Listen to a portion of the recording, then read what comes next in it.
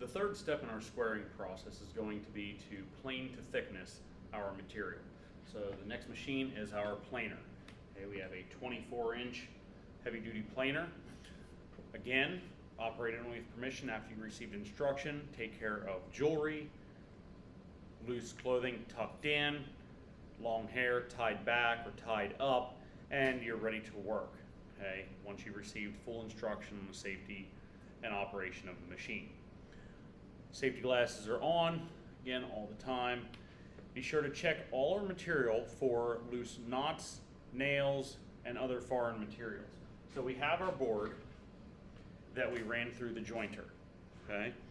And we're just going to take a quick look at it and make sure there are no loose knots, nails, staples, defects, anything like that, major splits or anything, before we run it through the planer. Okay, so we'll set that here a minute. And we are going to measure the thickness of our board. Now, this is very important because our board had a cup to it. There's still a little bit of a rough surface on that board. So holding it up and measuring it may not come out as accurate as we want. So we're going to set it down on a flat surface and measure several different spots. The two edges are measuring about 1 1/16, and the center is measuring 1 1/8. So we're going to set our planer to 1 1/8, and we're going to take off a small pass from there. So the first thing to set this machine, it has a stop button right here, just like the joiner, where you have to twist to the right and it pops out. And we have an up and down arrow right here. Okay? When you hit the up arrow, the table moves up and the measurement gets smaller. When we hit the down arrow, the table moves down and the measurement goes up. Get the measurement close to what you want. Right now it's just a little bit less than 1 1/8, so I'm going to go to my fine tuning knob right here, and I'm going to adjust this until it's set right at 1 1/8. So now it's exactly where we want to start. Okay, that is the thickness of our lumber. Okay, and when we are ready to run this, what we're going to do is we're going to hit the up button one time. Just push it and release. And that's going to move the table up approximately a 1/16 of an inch or a little bit less. Okay, so we're going to hit that. It's up right now. It's right about 1 1/16, and that's where we want to take our first pass. Okay, our start and stop knobs, it's unlocked. We have a start button for our feed roll and a start button for the cutter head. Okay. You have a start and a stop, a start and a stop, but when you're finished, you can just push the stop button in, the big emergency stop button, and that will stop everything at the same time and it will shut down. Once we've run our board through the joiner, okay, it's ready for the planer. The better that you can joint a board, the better the surface coming off the joiner, the easier it's going to be going through the planer. If it bounces around a little bit going over the joiner and it doesn't have a real smooth surface, it's not going to want to go through the planer very well.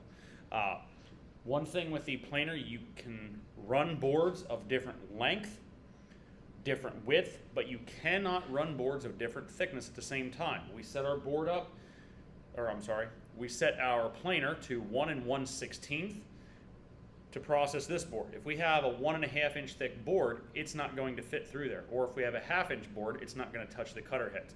So we have it set for this thickness. If you have several boards the same thickness, you can run those together. Okay? You never want to force the stock through the planer. Okay? Once the feed rolls grab and push the board through the planer, you want to get your hands clear of that. Okay? You also don't want to get your hands too close to this plate, okay? Because the board can move and pop up a little bit, and if your hands are there, it could crush your fingers, okay? When the board goes through, okay, I'm going to move the table down a little bit here. Okay.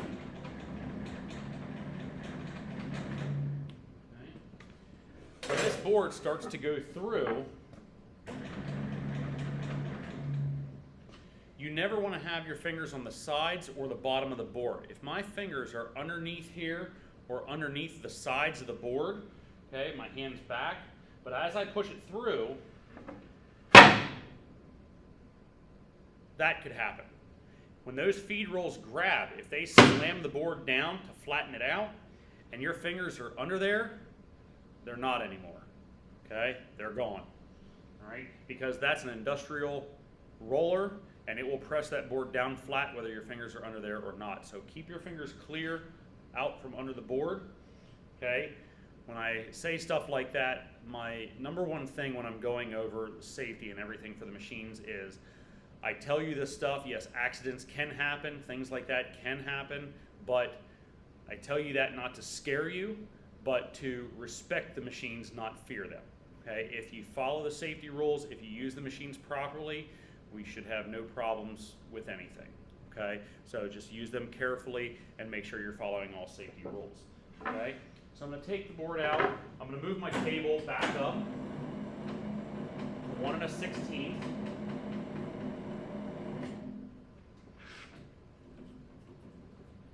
Because that's where it was set and we were ready to go. Okay, we select the proper depth of cut. We don't really change the rate of speed because for most of the material we're running, it's set for all of those and it's fine. When you're planing things down, if you have a really thin piece, okay, you don't want to take anything less than 1/4 of an inch. Okay, and if you do something really thin, you want to have a backup board, something to feed through behind it so it doesn't bounce and chip off the end. And reminder, the shortest piece of lumber that we can process on any of the machines in the shop is 14 inches. Okay, you want to make sure 14 inches is the shortest board you're processing so that it's clear to go through all the machines. When the machine is running, never look into it. Okay, if something gets stuck or something's not going through, never look into the throat of the planer because at any time something could come flying out of there. Okay, and you don't want to be in the way if something does come out of there. Okay. So again, as you're feeding it through, your hands are here to steady the board. My fingers are just under the back edge, but it's totally clear of the table until it gets close. And when I am sending that through, I'm standing off to the side. Okay, it doesn't matter which side, if you're left-handed or right-handed, but make sure you're off to the side of the board so if it would fly out, you're not behind it. That's the other thing with any of the machines. When you're processing the board forward, don't stand behind any of the blades because if a board kicks back, that's where it's going to go. So you're always off to the side, away from that, so you're out of the way if something would kick back. Okay? If there's any shavings or chips on the machine, that can be taken care of when the machine's turned off. Never do anything to clean it off while it's running. Okay? The chip guard, I said before, make sure your hand's not up close here in case the board pops up a little bit. And again, the possibility of kickback does exist, so never stand directly behind the machine. Now this one we have to have the dust collector on, so I'm going to turn the dust collector on quickly. We have the blast gate open so that the air will draw through there. I'll turn the vent on, which is over here, the start button.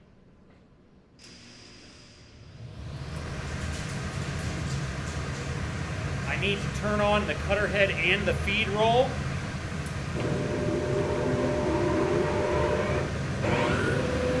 You can hear it kind of has two different sounds. It's up to speed, it's ready to go. So I'm going to set that and feed it into the machine.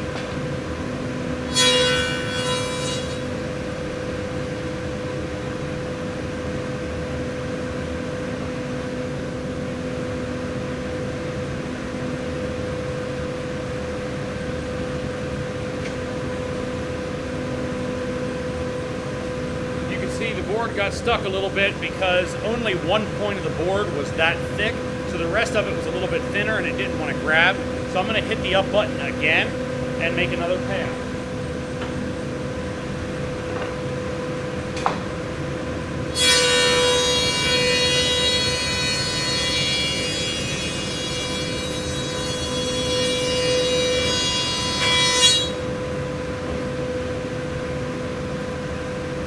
Starting to smooth out the face of that board. It's going to take a couple more passes.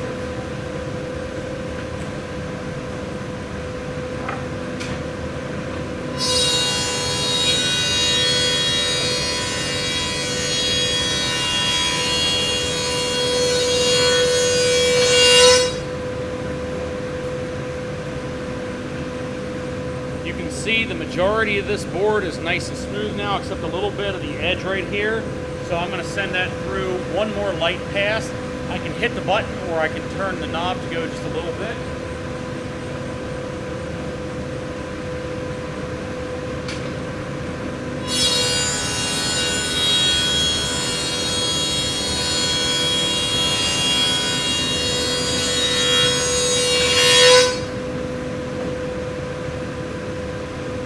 This side is completely smooth now, and you remember our other side had a small rough spot on here, so I'm going to flip it so that side is up.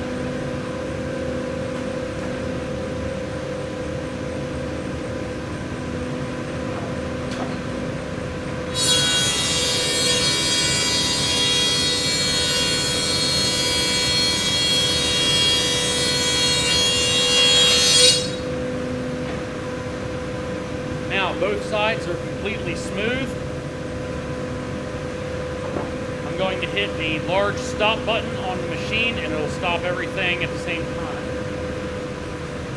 When you hit those buttons, try to push them in, don't hit them because they can break, and I'm also going to turn off our dust collector.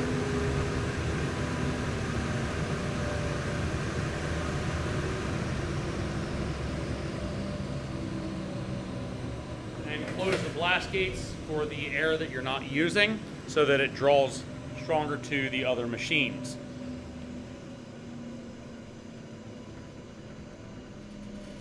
Once you have the board planed down to your thickness, and we'll talk about a little bit with projects and things, I planed this board down to 3/4 of an inch. If you are processing a board down to your exact thickness, you can take it down to it just a hair above with this machine so that you leave a little bit for sanding, but just over the line, not like an extra 1/16 because that's too much. But if we are gluing something together, we'll go over that. You want to leave the boards a little bit thicker so that we can plane them down later. Okay, so everything's shut off. Our board is nice and flat on both surfaces. Now we're going to need to go back to the jointer to joint one edge, which is the next step in our process.